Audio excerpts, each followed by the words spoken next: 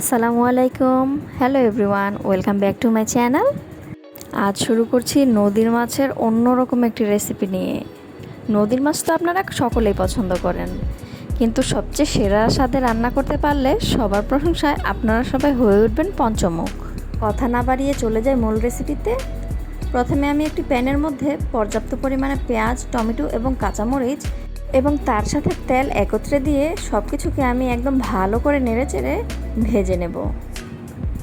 আমি এখানে পেঁয়াজের সাথে টমেটো এবং কাঁচামরিচ একসাথে মিলিয়ে দিয়েছি, কারণ এখনকার দিনের টমেটোগুলো সেদ্ধ হতে একটু প্রায় সময় লাগে। এজন্য আমি পেঁয়াজের সাথে এটাকে একটু ভাজা ভাজা করে নেব।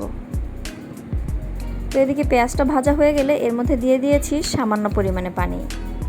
এখন দিয়ে দিলাম খুব অল্প পরিমাণে আদা রসুনের পেস্ট, ধনিয়ার গুঁড়া, জিরার গুঁড়া, হলুদের গুঁড়া,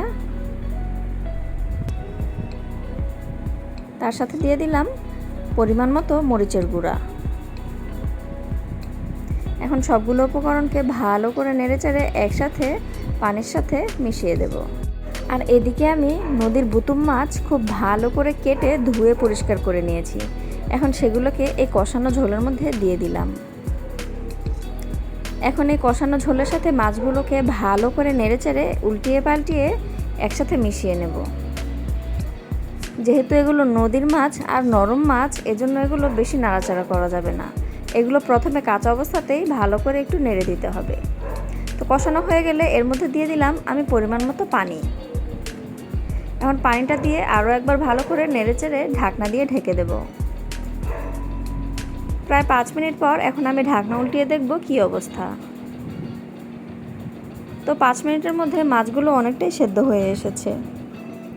আরও একবার ভালো করে নেড়েচেড়ে দেব এবং লবণ চেক করে নেব।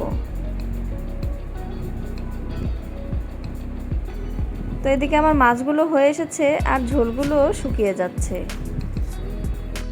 দেশি গুঁড়া মাছ রান্না করলে এর মধ্যে ধনিয়া পাতা না দিলে আমার আবার মন ভরে না। তো এদিকে আমি ধনিয়া পাতা পরিমাণ মতো ধুয়ে কুচি করে নিয়ে দিয়ে দিলাম। এখন ধনিয়া পাতার ফ্লেভারটা যেন মাছের সাথে মিশে যায়, এজন্য ঢাকনা দিয়ে প্রায় 1-1.5 মিনিটের মতন একটু রেখে দেব। তো এখন ঢাকনা উঠিয়ে দেখলাম আমার তরকারি প্রায় হয়ে এসেছে। ধনিয়া পাতা দেওয়ার কারণে মাছের ফ্লেভারটা খুব সুন্দর হয়েছে এবং স্মেলটা খুবই অসাধারণ। গরম গরম ভাতের সাথে এই মাছ দিয়ে খেতে খুবই ভালো লাগে। আশা করি রেসিপিটা ভালো লেগেছে আপনাদের।